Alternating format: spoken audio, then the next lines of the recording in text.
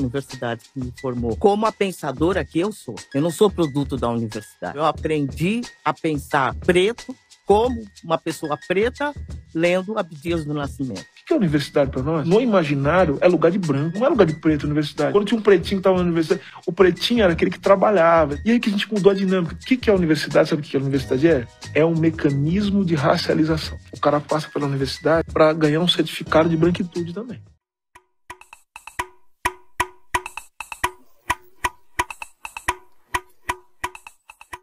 Eu sou o Caio, eu tenho 22 anos, eu sou um cara de 1,80, gordo, me declaro preto também, né? Eu tô cursando LCM, eu entrei esse ano, né? Meu nome é Nicole Cavalcante Alves da Silva, eu tenho 22 anos, eu sou uma mulher negra, de cabelos cacheados. Tenho 23 anos, bom, eu sou um homem negro, de barba, cabelo cacheado, estou vestindo uma camisa social branca. Eu me chamo Elizabeth, tenho 53 anos, eu faço gerontologia, eu ingressei em 2018. Meu cabelo tá preso num coque, sou uma mulher negra.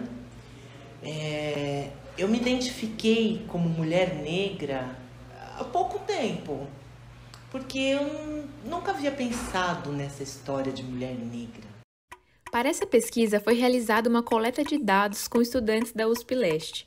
A amostra foi coletada entre novembro e dezembro de 2022 e foi respondida por 97 estudantes autodeclarados negros. Obtivemos participação de todos os 11 cursos da unidade, com o ano de ingresso dos estudantes se destacando a partir de 2019. Além disso, a faixa etária dos estudantes foi bem diversa, tendo tido mais participação da faixa etária dos 20 anos. As famílias dos respondentes recebem em sua maioria entre 1 e 6 salários mínimos. A maioria dos participantes são mulheres cis. De acordo com o IBGE, pessoas negras são uma somatória de pretos e pardos. Nessa amostra, contamos com a participação de 23 pardos e 74 pretos. Olha, eu sempre me declarei como preto, mas talvez eu nunca tenha entendido de fato o que é ser preto até meus 16 anos. Porque muitas coisas que eu via que acontecia, por exemplo, eu me enxergava como, sei lá, o menino mais feio da turma, ou talvez dentro dos meus amigos eu não era o amigo que parecia ser mais importante para os demais. E às vezes eu não entendi o porquê. Mas aí quando eu fui entender o que acontece nas relações estruturais da sociedade no que diz respeito à raça, eu fui começar a zoado isso. Por exemplo, eu tenho 22 anos como brasileiro, eu sei o que é ser brasileiro. Mas o meu choque de consciência sobre o que é ser preto veio quando eu tinha 16. Então são 6 anos que eu sei o que é ser preto contra 22 anos que eu sei o que é ser brasileiro. Então acho que eu tenho muito para aprender ainda, eu tenho que conhecer bastante a cultura no que diz respeito à ciência da África, à literatura. Tem várias coisas que eu quero de fato aprender. E lógico, eu tenho que conciliar já com as coisas que eu já tenho que viver como uma pessoa brasileira que está no mercado de trabalho, que está na vida acadêmica. E às vezes conciliar um com o outro é difícil. Você se enxerga como pessoa negra e sabe o que isso significa? No formulário respondido por 97 estudantes negros, buscamos compreender este fenômeno. 77 estudantes declaram que sabiam que eram negros, mas não sabiam o que isso significava na sua vida ou ainda não sabem. 46% dos estudantes respondentes declaram que se identificaram como negros a partir dos 15 anos. Dos 74 estudantes pretos, 36 já se declararam pardos. Dentre os 23 pardos, 8 já se declararam ou preto ou branco. Meu nome é Yuri Vasconcelos de Lima, né? Eu tenho 24 anos. Eu faço licenciatura em Ciências da Natureza e eu ingressei em 2018. Se ver como uma pessoa negra, sim.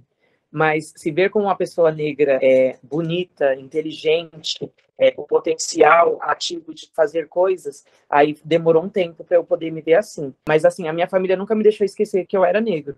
Como eu cresci numa família branca, as piadas sobre negro eram muito presentes. Então,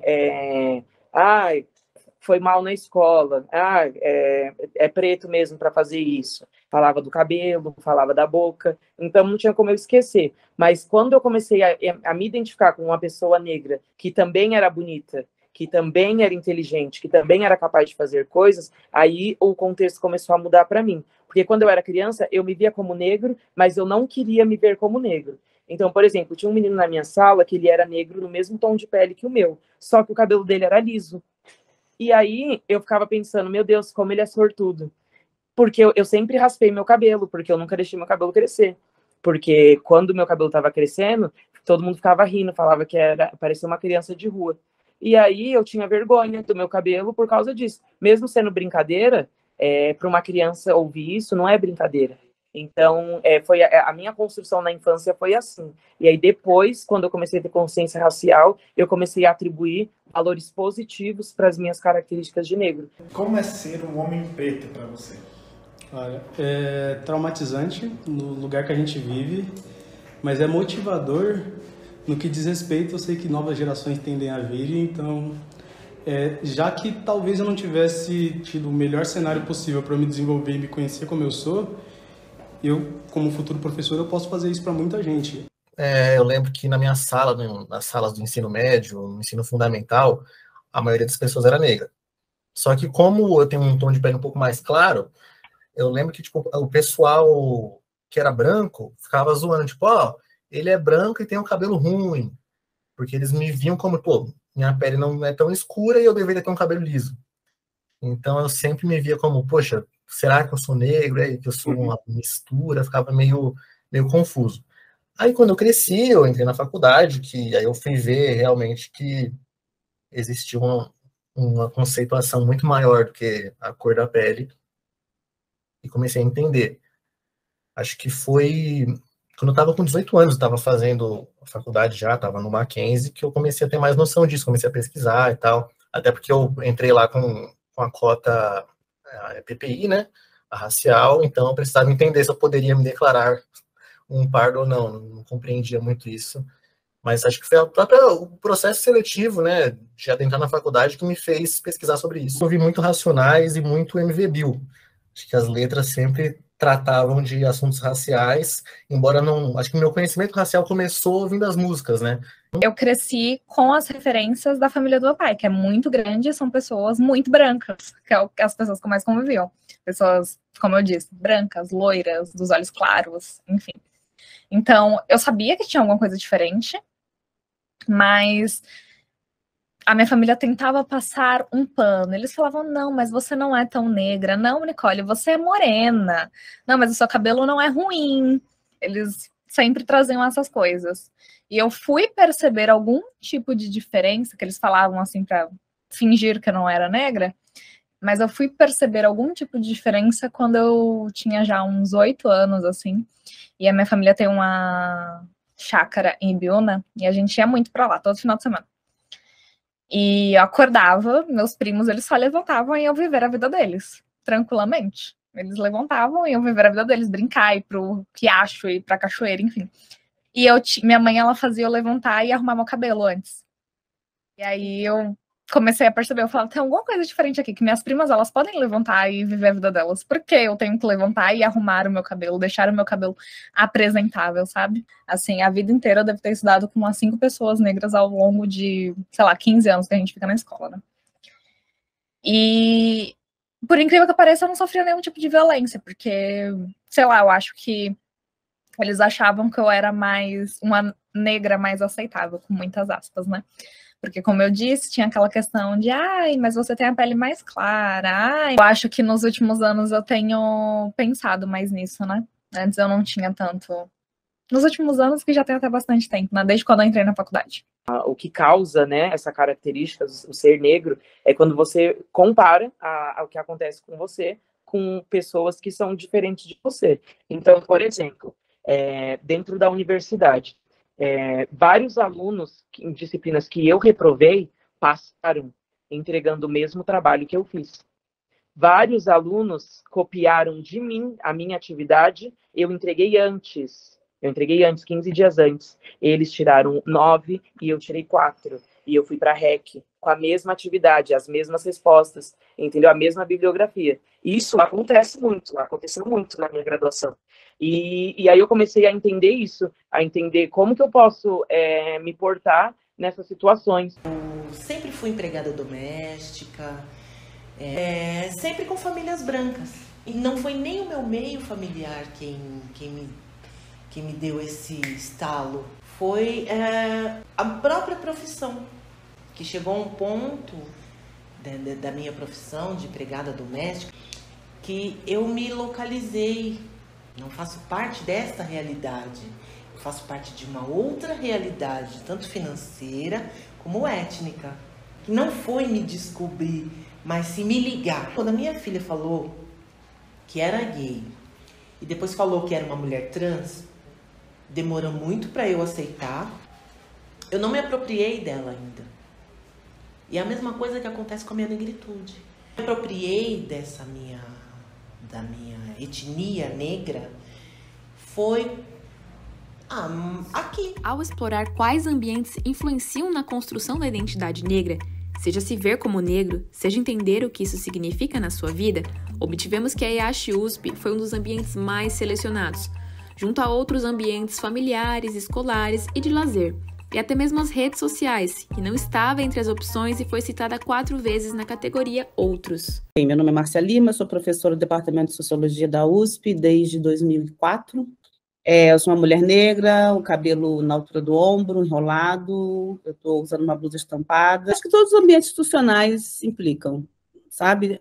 A família, a vizinhança, a igreja, o trabalho, a escola, a universidade, eu acho que a política, né? Eu acho que todo esse processo de construção identitária, ela se dá na relação com o outro, né? A ideia de uma identidade, ela é sempre relacionada, ela tem um elemento relacional que é intrínseco à própria definição de identidade, ou de pertencimento a um grupo, ou de oposição, ou de diferença, de semelhança, mas construção identitária, ela não é uma construção do seu eu, nesse sentido, a identidade pressupõe justamente uma referência, né?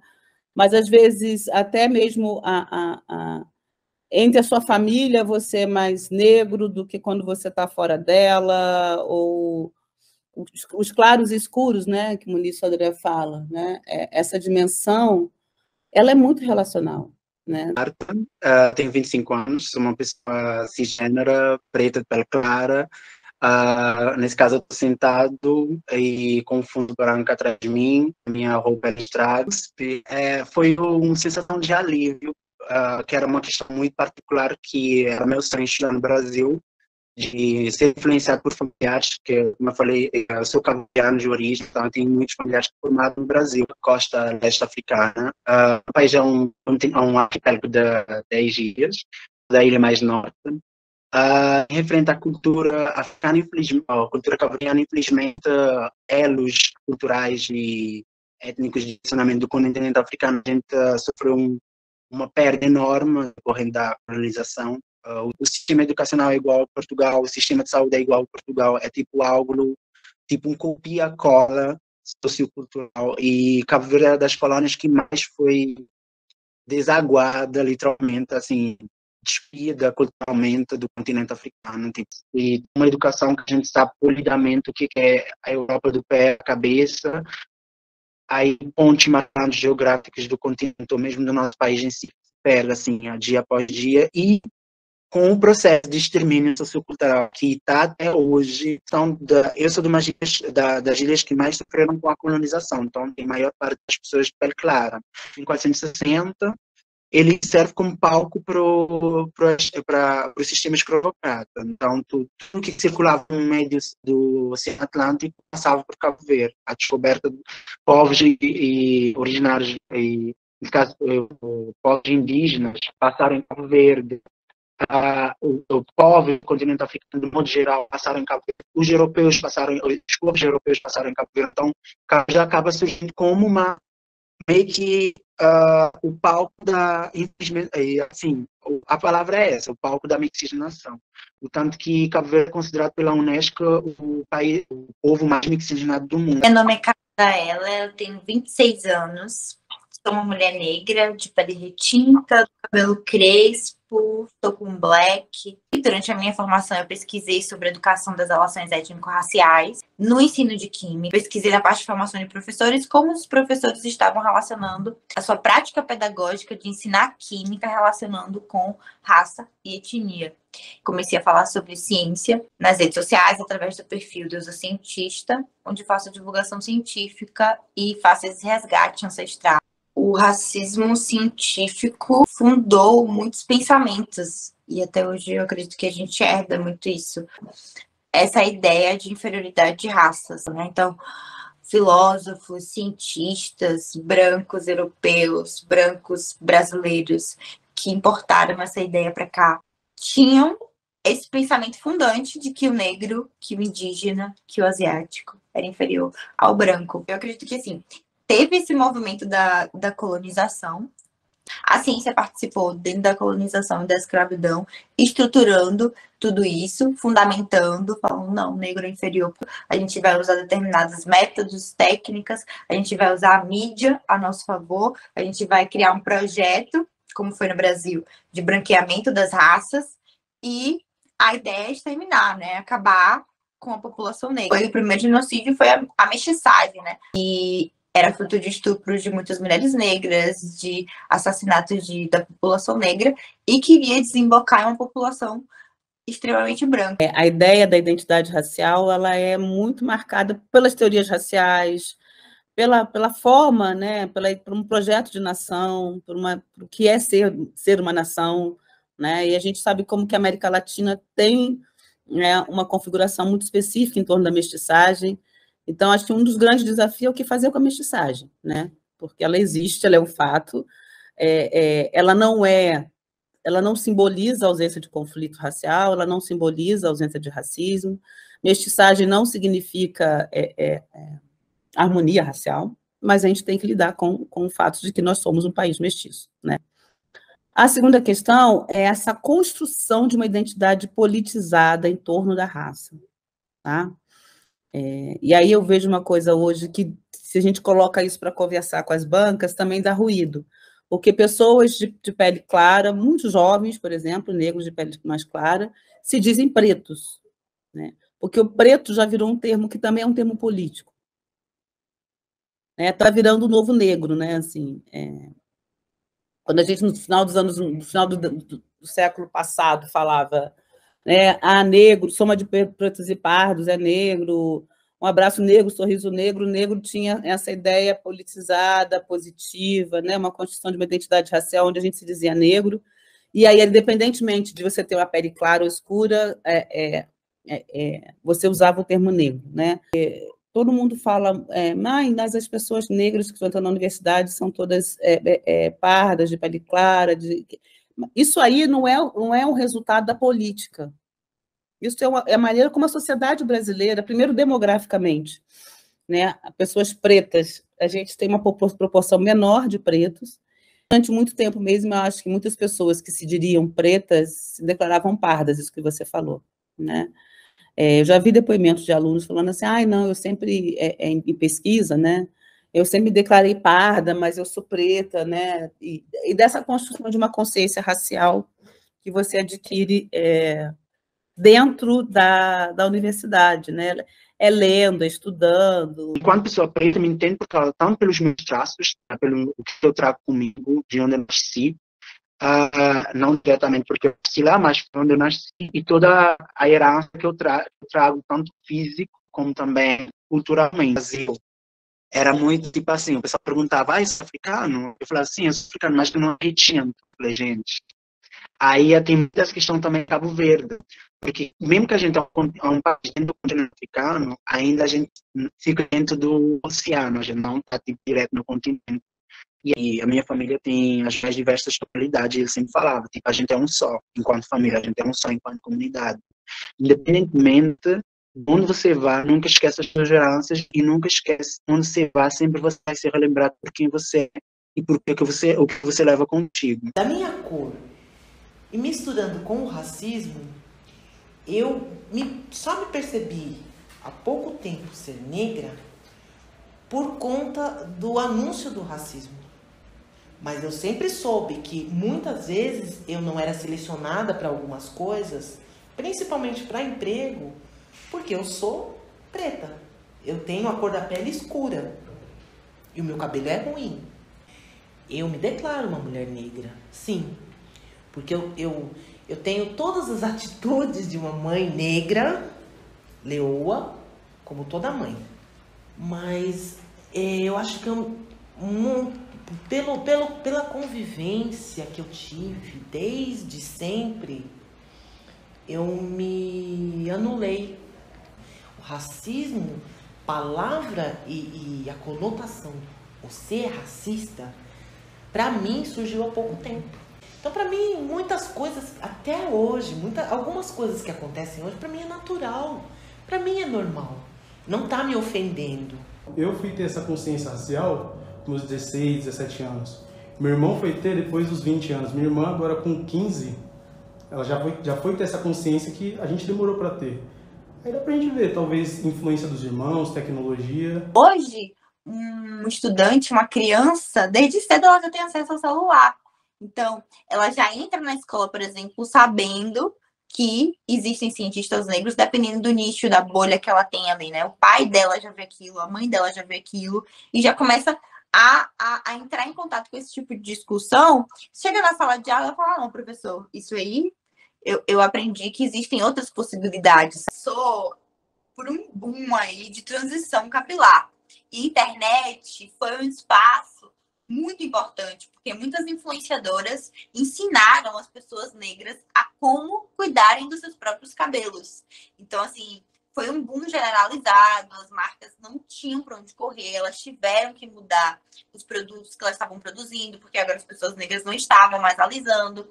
Só que, em contrapartida, esse boom que aconteceu sem uma intervenção racial ali. Porque, assim, por mais que a gente pense que essa revolução estética, às vezes, já venha acoplado à ideia do que é ser negro e do se tornar negro, não veio. Então, muitas pessoas passaram pela transição capilar, mas não entenderam o racismo e não tiveram esse aprofundamento do que era o racismo. Eu já vivi muitos momentos racistas que eu não sabia que era, sabe? Por exemplo, eu estava na aula de sociologia no ensino médio e a professora perguntou para mim o que era um quilombo. E aí eu falei que eu não sabia. E aí ela falou, você é obrigado a saber. E aí eu fiquei assim.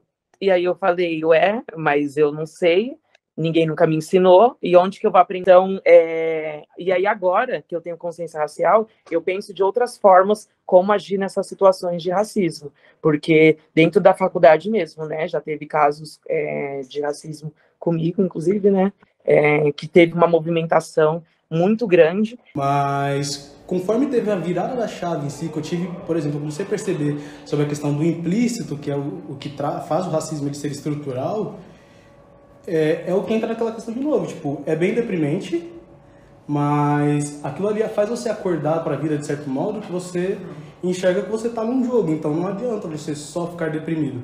Você tem que fazer de tudo para você permanecer vivo, porque ser preta é você lutar para você estar vivo dia após dia. Querendo ou não, eu vivenciei durante 18 anos um certo acomodo sociocultural, tipo, estar em casa, com a comunidade, sair de Cabo Verde, viver no Brasil, foi literalmente um choque. Viver no Brasil, enquanto pessoa preta imigrante, foi entender também que eu era um alvo socialmente diário.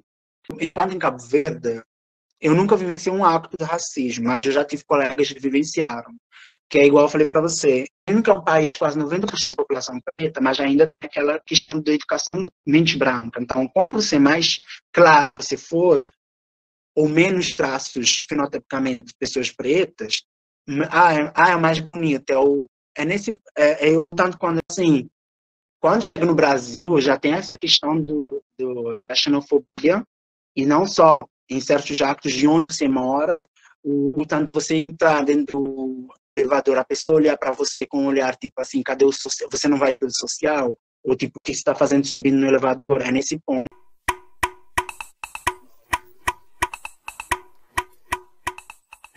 Eu sou conhecida na USP como Ieda Reis, sou assistente social, trabalho na Universidade de São Paulo no serviço social. há 22 anos. Então, como que eu vim parar na IASH, né? Eu trabalhava lá no Butantan, e aí começou a história da USP Leste, que ia implantar a USP Leste aqui. Falaram se eu não queria vir para a IASH, assim que abrisse, para implantar o serviço social da IASH. Aí a gente veio para cá. O que tinha? Nada para estudante. Tinha moradia, porque era o que era oferecido na época para todos os estudantes da Universidade de São Paulo, moradia e alimentação. É nos perguntado sempre muita coisa, mas pouca coisa do que a gente fala é considerado desde, pelo menos, esses 22 anos que eu estou na USP. E aí, aqui foi, assim, o tubo de ensaio para auxílios financeiros, né? Foi aqui que começou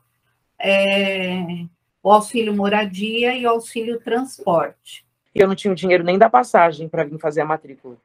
Então, aí eu falei, eu vou dar um jeito.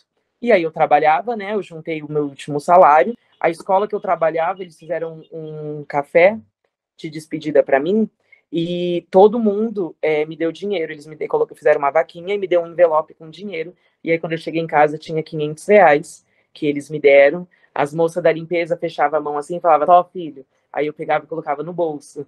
E aí, quando eu cheguei em casa, tinha mais R$300. Então, eu peguei todo esse dinheiro que tinha. Minha mãe vendeu o micro-ondas para poder me dar o dinheiro para eu vir para São Paulo. Comecei a receber o auxílio. No primeiro mês de aula, eu já comecei a receber o auxílio. Então, eu recebia... Só que, assim, eu recebia R$400 de auxílio e eu pagava 380 de aluguel. Então, me sobrava R$20 por mês para passar o mês. E eu comia no bandejão, né? Tomava café, almoçava e jantava. E eu não comia as frutas porque guardava para comer de noite, porque minha aula era até às 11. Então, chegava 11 horas com fome, eu não tinha panela, não tinha prato, não tinha nada para fazer. Não tinha garfo, não tinha nada disso. E nos finais de semana também, eu guardava as frutas para poder comer no final de semana, porque eu não tinha como cozinhar. E a minha mãe não sabia de nada, porque se eu contasse para ela que estava passando essa situação, ela ia falar para eu voltar. Porque não tinha como ela me mandar dinheiro, mas ela também não ia querer deixar eu ficar passando dificuldade em São Paulo. Aí eu consegui uma bolsa PUB. Então a bolsa PUB tinha mais R$400. Então esses R$400 era o que eu me mantinha o mês. Então eu comprava coisa para fazer comida no final de semana, coisas assim. E toda oportunidade que aparecia eu me enfiava. Então faz pesquisa, R$170 a pesquisa com o professor X. Eu ia, né? Só que aí entrou a pandemia e aí ficou impossível. Porque o auxílio já não dava mais conta de fazer nada. Eu recebia auxílio do governo também, e aí, só que não dava conta. E foi daí que eu comecei a trabalhar. O que eu vivi nos 3 primeiros anos foi sobreviver, porque eu realmente só vivia para comer. Mas para me manter, foi bem difícil. E eu já tive ver muitas vezes que faltar na aula para ir trabalhar. Toda vez que eu lembrava que eu precisava estudar, que eu estava estudando na USP, que eu precisava desenvolver as matérias e fazer as matérias, eu tinha crise. Eu não consegui. Eu precisei realmente trancar, porque eu tinha crises de ansiedade, eu tinha crises de pânico. Eu acho que até hoje a gente não tem um serviço social estruturado, né? Pelo menos do jeito que a gente pensou. Especialmente no Butantan, aqui menos do que no Butantan, a gente é um tarefeiro, né? Então, e qual a tarefa que nos passam? Fazer seleção de auxílios estudantis. Só que o papel do assistente social não se restringe a, entre aspas, só isso, né? É a gente acompanhar, preparar, esclarecer, e identificar as carências, né? Não só carências materiais, mas, por exemplo, psicológicas. O nosso papel também seria, veja o tempo do verbo, futuro do pretérito, ajudar na adaptação da vida universitária. Eu vou tomar que ônibus, eu vou morar onde, como que eu vou morar, como que eu vou gastar esse dinheiro que a universidade está me oferecendo. Quando o que a gente chama de intercambista, embora não era intercambista, mas muita gente nunca perguntou, tipo, sempre me viu como intercambista, nunca me viu como estudante que entrou desde o primeiro ano até o 5º ano. Até o meu último ano, sempre o pessoal redirecionava para mim como um intercâmbio. nesse caso, tinha as reais intercambistas, que não era a gente, italianas, não sei mais o que, tipo, e elas sim tinham toda uma acomodação, tinham toda uma sensibilidade, uma assertividade, de um jeito que chegou no momento que eu falei, eu não é que estou disputando, eu não quero isso, a questão é que eu estou incomodado. A questão é como é que eu sou enxergado dentro do curso e a questão de como a outra pessoa é enxergada. Não é que eu tenho que ser menos ou mais, é a questão da equidade. É igual eu falo, isso é um processo, isso é um plano social, porque querendo ou não, quando a gente vai lá, eles não querem que a gente tá lá, tipo, isso é tudo um esboço diplomático que eles passam, que papapá, e a gente tá lá, tem um pessoal de Cabo Verde daqui, tem um pessoal daqui, porque, gente, querendo ou não, infelizmente, é tudo questão de diplomacia, tipo, qual o suporte que eles têm pra gente? E não digo suporte financeiro, mas principalmente suporte psicossocial, porque é muito complexo. Primeiro que a gente já parte de uma cultura que é totalmente... Eu ainda assim, ainda Cabo Verde consegue aproximar muita coisa do Brasil, mas tem gente que não. O espaço em si é como aquela pergunta que você falou. O espaço em si não foi pensado para... Tipo, a IASH mesmo foi pensado para a Zona Leste, mas a gente sabe que não é assim que o babado tá, tipo, o babado nunca foi para esse ponto. Então, em si, a IASH mesmo não é pensada para a gente, a USP mesmo é assim para a gente, mas não é pensada, mas é nosso, e a gente vai ocupar. Quando pedimos para os estudantes avaliarem a sensação de pertencimento dentro da EASH-USP, obtivemos que a maioria classificou como 3, o que significa um pertencimento médio, nem tão bom, nem tão ruim, no qual, ao longo das entrevistas, descobrimos as diversas ponderações positivas e negativas para essa classificação. Tem hora que oscila, né? Tem hora que eu não me sinto pertencente aqui, porque o corpo docente não faz eu me sentir pertencente. Os professores são muito racistas, soltam coisas muito absurdas, não todos, mas óbvio que alguns. Nos meus primeiros anos de graduação foi muito difícil. Eu não me sentia pertencente de forma nenhuma, eu via... Aí eu acho que é o momento que se liga raça e classe, né? Porque eu tinha vindo de escola pública, então eu mal tinha aula na escola. Então eu tava muito atrás das pessoas, tipo, né, uma professora em específico que ela deixava muito claro que era, enfim, que o pessoal do noturno, que o pessoal do noturno normalmente trabalha, então ela achava que o pessoal do noturno, por trabalhar, eles não se dedicavam inteiramente à matéria dela, que ela basicamente achava que o ingresso pelo SISU tinha baixado o nível da USP, e eu fui uma ingressante pelo SISU, entrei numa crise, logo quando eu entrei na faculdade, de síndrome do impostor, né? Eu não acreditava que eu era o suficiente para o ambiente. Eu comecei a perceber que ser uma pessoa negra era muito difícil e isso deixava a minha cabeça um pouco complexa, assim, eu ficava tipo, nossa, mas será que eu tô fazendo as coisas direito? Eu nunca vi a IASH como um ponto de apoio, de acolhimento, eu vi como um ponto acadêmico que eu poderia ser, tanto que eu falo que eu nunca me senti da IASH como pertencente, nem no início, nem no duração, nem no decorrer do curso, como também nem no fim.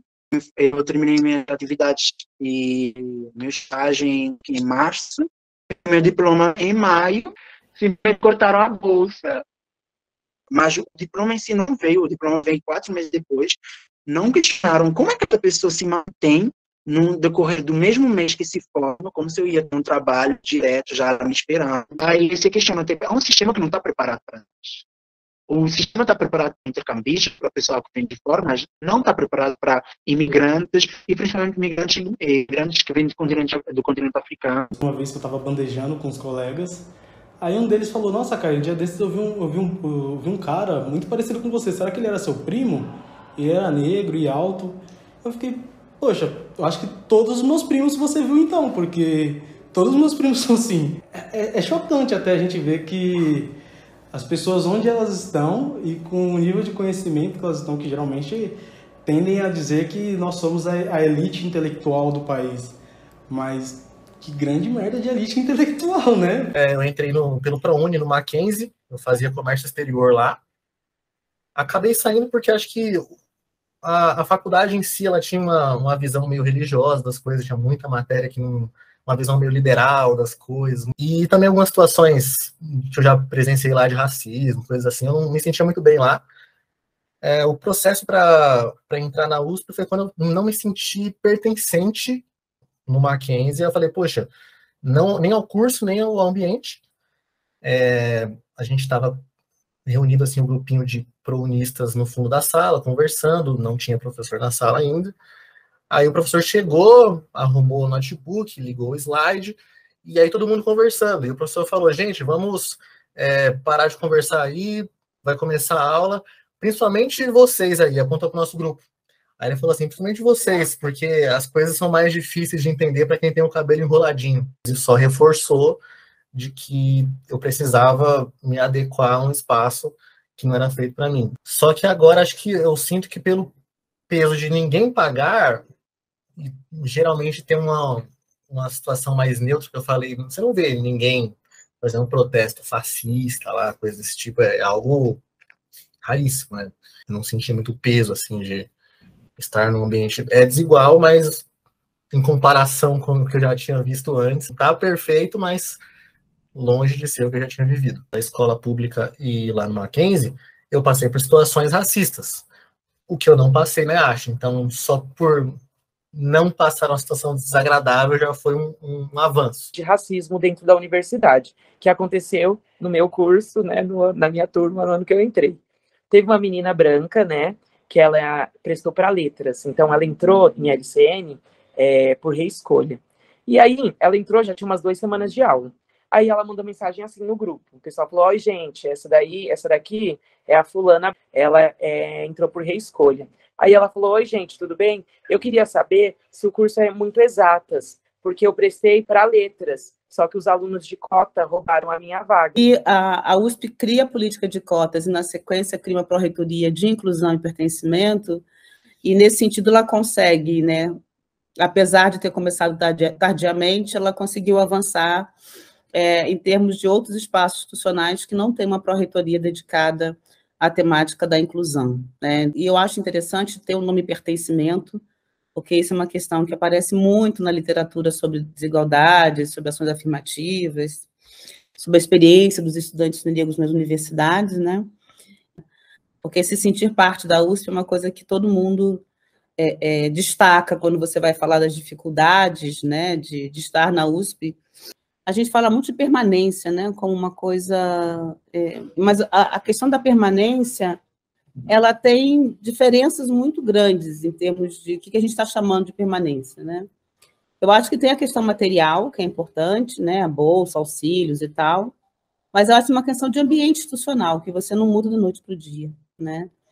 E a universidade mesmo, a reitoria, ela investe muito na questão da permanência, no sentido das bolsas, melhoria do CRUSP, entre outras questões, melhoria do valor da bolsa, mas o que a gente ainda tem como desafio o que eu acho mais desafiador é a questão mais simbólica, né, de se sentir parte dos espaços. A gente, né, como você diversifica racialmente, você sabe que você traz também, diversifica racialmente e socialmente, né, porque as cotas são sociais, raciais, a gente tem agora um público que tem uma maior necessidade dessa estrutura de apoio da universidade. Nunca tive a oportunidade de viver muito o que a USP oferece, né? Tanto, sei lá, numa empresa júnior, um centro acadêmico, algum coletivo, o esporte, algo do tipo assim.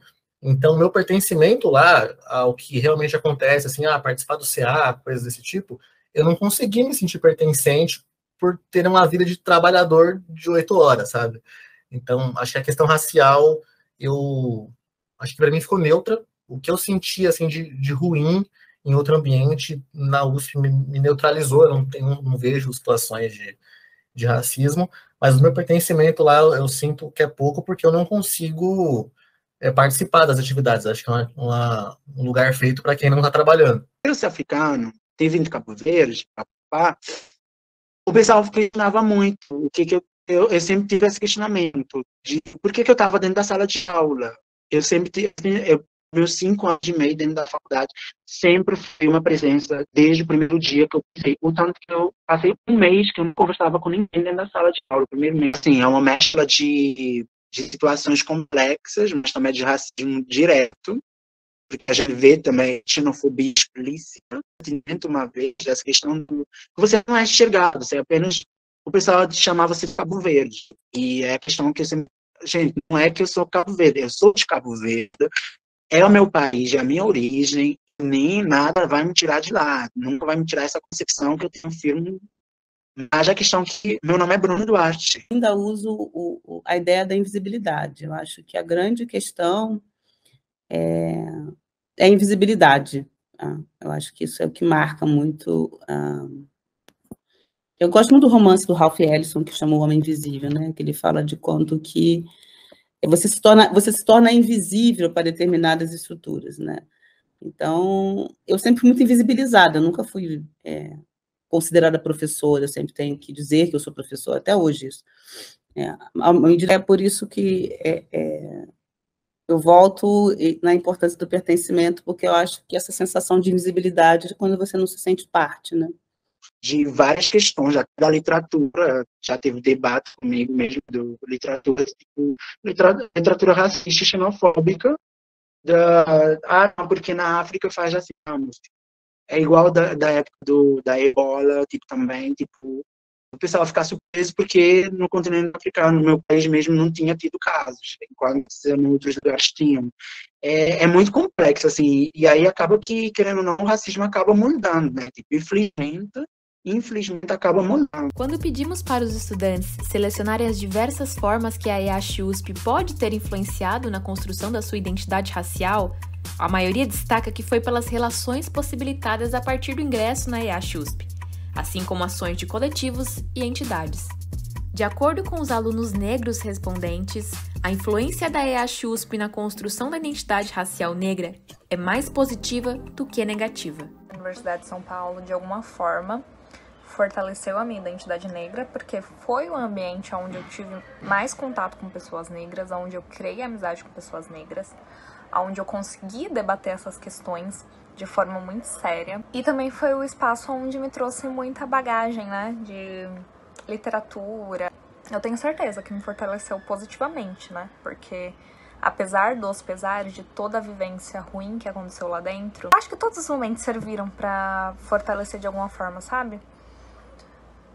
Eu acho super errado a gente falar que os momentos ruins são super importantes pra gente, romantizar de alguma forma isso. Acho absurdo. Obviamente teria sido muito melhor se eu não tivesse sofrido tudo que eu sofri, né? Mas ainda assim, eu tive muita vivência ali dentro, eu tive muita troca, eu tive muito aprendizado. E tudo isso me fortaleceu bastante. Eu percebia que eu era negro quando alguém fazia um comentário, tipo, nossa, esse menino, ele tem a pele clara e o cabelo dele é ruim. Todo mundo falava isso, né? Então, eu falava, poxa, a minha parte negra é a parte zoada, então eu sempre achava que era algo negativo. Tentei mudar e sempre tive um cabelo alisado e tal. E acho que a USP me ajudou muito. Aí eu comecei a me enxergar com uma coisa positiva ser negro depois de entrar na USP. Na aula de RP1, o trabalho que o meu grupo fez foi sobre escritoras negras. Aí eu acho que aí eu posso dizer que aí foi o meu maior clique de me reconhecer uma mulher negra. E aí, quando eu entrei no ensino superior, foi quando eu comecei a ter contato com debates mais profundos, que você precisava de um pouco mais de bagagem para você conseguir acompanhar o debate. E foi aí que eu comecei a me desenvolver um pouco melhor e desenvolver a minha consciência racial. Ter uma leitura das minhas ações, do impacto que essas ações têm e do tratamento que os outros têm em questão de mim, mesmo sem eu ter me apresentado ou me conhecer, né? As disciplinas obrigatórias do meu curso, que o meu curso é um curso de licenciatura, elas não fazem recorte racial. Poucas disciplinas começam a pautar um recorte racial e mesmo assim é uma aula. Então a gente tem 14 aulas durante o semestre, uma aula vai ter um recorte racial. Essa consciência racial para mim se construiu mais pela participação dentro do coletivo negro, por exemplo, que foi onde tinha as discussões, onde eu encontrava um número grande de pessoas negras que passavam por diversos problemas, mas que os diversos problemas se encontravam em alguns pontos. E aí foi quando eu comecei a entender as nuances que tinha dentro da negritude e quais coisas eu precisava ir atrás, porque às vezes acontecia algo comigo e eu não entendi o porquê. Passa pela nossa vida, nossas experiências, nos constrói e nos torna mais forte. Então, eu passei por situações muito difíceis dentro da universidade, e isso me construiu como uma pessoa negra mais forte. Então, eu consigo lidar com outras situações de uma outra forma, porque eu já passei por situação pior. Então, quando você passa por uma situação pior, uma menos pior, é mais fácil de passar. Então, me construiu por causa disso. Não foi uma construção assim, vamos discutir tais assuntos, vamos debater tais assuntos, e você chegou a ter essa bagagem por causa disso, por causa dessas nossas discussões, desses nossos estudos. Não foi isso que aconteceu. O Brasil em si e para minha rede de apoio na IASH, e acabei tendo acesso a muita discussão que eu não tinha, que era certas críticas e certas incomodações pessoais que eu tinha dentro de mim, mas eu não tinha com que ou onde acessar a informação. Então, não é o espaço, mas o que esse espaço traz? Eles acham isso, mas é aquela questão, né? Podemos vivenciar as mesmas experiências, mas com perspectivas diferentes. O Brasil, que eu tinha visto, o Brasil de várias pessoas pretas, e chegar dentro da USP, eu não estava catando. Tanto que, tipo, uma das coisas que mais me marcou foi a questão de eu passando na rua e, tipo, dentro da rua que eu digo, dentro da IASH, e às vezes, entre nós pretos, a gente só, tipo assim, se olhando e cumprimentando, assim, com um simples olhar, um simples... Eu falei, gente, isso significa muito. E aí, tipo, chego na faculdade e eu não vi essa referência de ensino. Aí, nos meus colegas, eu virava, tipo, e aí eu sempre falava, tipo, gente, mas cadê as pessoas pretas dentro dessa universidade? Essa questão de você ser quem você é e querer estudar sobre os seus, ao mesmo tempo você tem certo espaço que você pode dar, mas ao mesmo tempo tem um sistema que quer que você dê um espaço atrás. A USP é um espaço extremamente maior e mais branco, né? Se for comparar com a UFBA, com a Federal da Bahia. Uma vez eu estava falando com uma amiga, eu falei, amiga, você tem alguma indicação de professor negro no programa que eu tô querendo entrar e tal? Amiga, então, aqui não tem professor negro. Então eu já fiquei chocada, entendeu? Porque assim, eu tava acostumada de ter 4, mas não era nenhum. Em dados obtidos em 2022 pela Lei de Acesso à Informação da USP, percebemos o baixo ingresso de estudantes pretos e pardos em relação a estudantes não negros.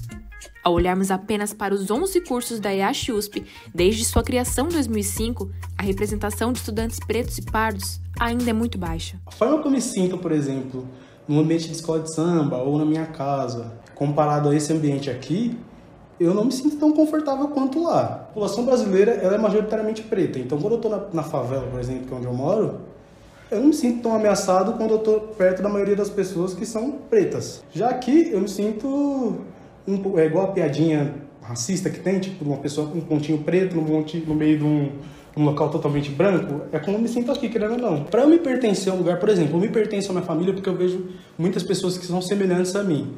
Quando eu vejo aqui, eu estou cercado por pessoas brancas o tempo todo, estou numa sala, 4 créditos, 4 horas de aula, e eu sendo o único aluno preto na sala de aula, eu não me sinto pertencente a esse lugar.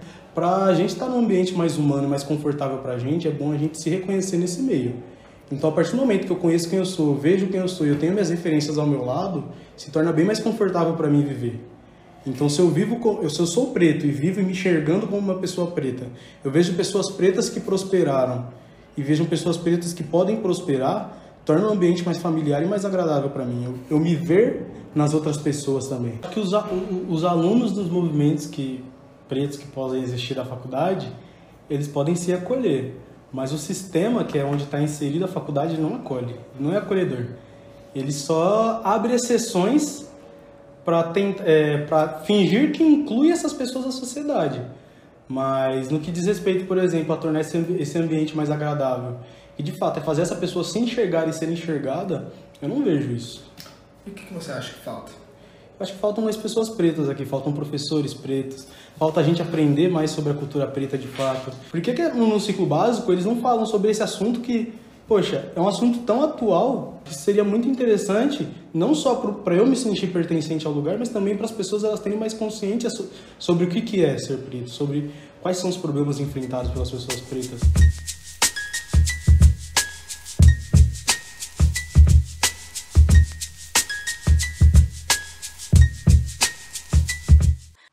a USP, sendo a maior universidade do Brasil, né, uma das últimas universidades a implementar as cotas, ela ainda tem muito, muito que avançar nessas questões raciais. Precisa transformar as instituições que estão historicamente racializadas e racistas, né, assim, com uma hierarquia racial muito forte, é um espaço onde a participação de pessoas negras sempre foi muito restrita. Fazer essa mudança, fazer essa transformação, ela tem que ser construída com enfrentamento, sim, né, de casos de racismo, de casos graves. É uma instituição branca de mais de 80 anos e que não vai mudar com uma reserva de vagas, né? Eu só acredito numa política de inclusão a partir de um monitoramento de dados e de avaliação de política. Que também não é somente uma avaliação quantitativa de resultados e dados, mas também ouvindo, né, os estudantes e professores e funcionários e funcionárias da universidade. O racismo científico ainda está presente, né? Então, se a gente não tem alunos negros, se a gente não tem docentes negros, se a gente não tem reitores negros nas universidades produzindo ciência, a gente não tem uma reestruturação do currículo que paute a nossa existência, que fale da nossa cultura e que coloque a gente como sujeito dentro dessa história do que foi construído, né, a produção de conhecimento científico. Se a gente não coloca os indígenas e os negros como sujeitos e apenas como objeto, que é como está posto hoje, a gente está falando também desse racismo científico. A gente ainda vive numa sociedade que não assume o racismo como algo que existe. Isso vai partir, obviamente, dessas estruturas, né, das instituições formais de ensino, que todo mundo passa pela escola e, teoricamente, também pode galgar e acessar o ensino superior. A gente pode buscar estratégias, que é o que eu sempre falo, né, de se aquilombar. Eu fiquei muito feliz de encontrar na USP, por exemplo, uma colisão de coletivos negros. Só que, ao mesmo tempo, ainda tem esses empecilhos, sabe? E eu percebo que são pessoas também muito magoadas com o sistema que acontece na universidade, né? De não ter esse espaço, de sofrer racismo e de ter que estar, mesmo na universidade, criando essas realidades alternativas, nesses quilombos, que é o que a gente faz de estratégia mesmo. Acho que criar mais espaços de diálogo entre os docentes ou com os docentes da USP sobre as questões raciais, que eu acho que isso é um grande desafio. Assim como também da gestão, né, dos funcionários, mas não todos os funcionários, mas funcionários que trabalham, por exemplo, com a parte da assistência, né, eu tenho tido muito contato com as assistentes sociais, com a guarda universitária, e tem uma demanda também, né, delas mesmo, por exemplo, das assistentes sociais, tem uma demanda mesmo de uma formação, de um letramento racial, né, porque assim, é uma mudança muito radical na estrutura da universidade e essas pessoas não estão acostumadas a ter um público dessa magnitude, né? Então, eu acho que tem aí uma questão de uma institucionalização dessas políticas que não passa apenas pela questão material e de processo seletivo, né? Ajuste na FUVEST, a parte das bolsas, da permanência, mas tem todo um processo de pertencimento que passa por uma dimensão simbólica de interação entre as diferentes carreiras da universidade, né? E eu acho que isso é um tema que eu colocaria como uma prioridade. E quando eu estava naquela cantina que a gente tem lá, tem muitos funcionários negros, né? E aí um deles me falou, poxa, mano, da hora que você tá aqui, né? A gente conversando, ele falou que morava na periferia também. Eu falei, pô, sou lá de Diadema, né? Também moro na favela. E ele falou, pô, legal, mano, que tem pessoas da quebrada aqui, né? Pessoas negras. Isso me incentiva a um dia tentar estudar aqui também. Eu fiquei impactado, assim, de pensar que, poxa, um dia eu pensei isso de outras pessoas. Eu também vi alguém conseguindo e falei, pô, é possível. Isso é muito motivador. Eu acho que ser um homem negro na USP e ter vindo da periferia talvez assim conseguir motivar meus amigos, mostrar o caminho, falar, aqui que você se inscreve, isso que cai na prova, os nossos antepassados lutaram para a gente ter o que a gente tem hoje. Nós, acho que tem uma frase, não sei de quem é, mas que diz que nós somos a realização do sonho dos nossos antepassados. Eu sou o sonho dos meus pais, que era um sonho dos avós, que era um sonho dos meus ancestrais. Vitória é o sonho dos olhares que nos aguardam nos lares, crendo que na volta somos mais. Meu lar é nesse abraço, a casa é um detalhe, onde plantamos paz. Se tem metade de vídeo, se tem o dobro convite, é assim que Deus vive nos mortais. É o primeiro diploma, a viagem, a nova porta que se abre. Da janela do carro o vento diz, esteja atento aos milagres.